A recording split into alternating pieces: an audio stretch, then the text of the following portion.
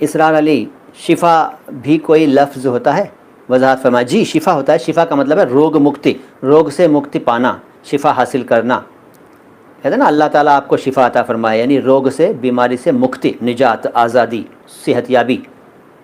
سر دین کی خدمت مطلب حافظ قرآن بننا، 5 وقت نماز، یار یہ پروفیسر صاحب آپ ہیں یا چلے گئے؟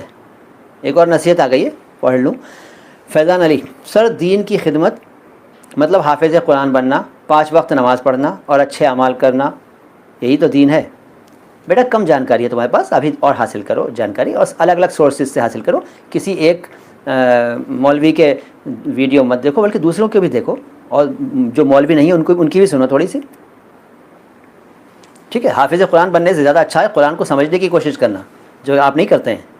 آپ صرف ثواب کے لالچ میں لگے رہتے ہوں گے کہ ثواب ثواب ثواب ثواب ثواب ثواب ثواب، جنت جنت جنت جنت، ثواب جنت بخشش حوریں۔ قرآن کو سمجھنا ضروری ہے، یہ نہیں سمجھتے نا لوگ، اسی لیے پرابلم ہو رہی ہیں آج کل۔ اس لیے قرآن کو سمجھنا شروع کرو، ثواب تو تب بھی مل جائے گا جب آپ پڑھیں گے، لیکن اس کے میننگز اور اس کی تفسیر جاننا شروع کریے، تب سمسیاؤں سے بچیں گے۔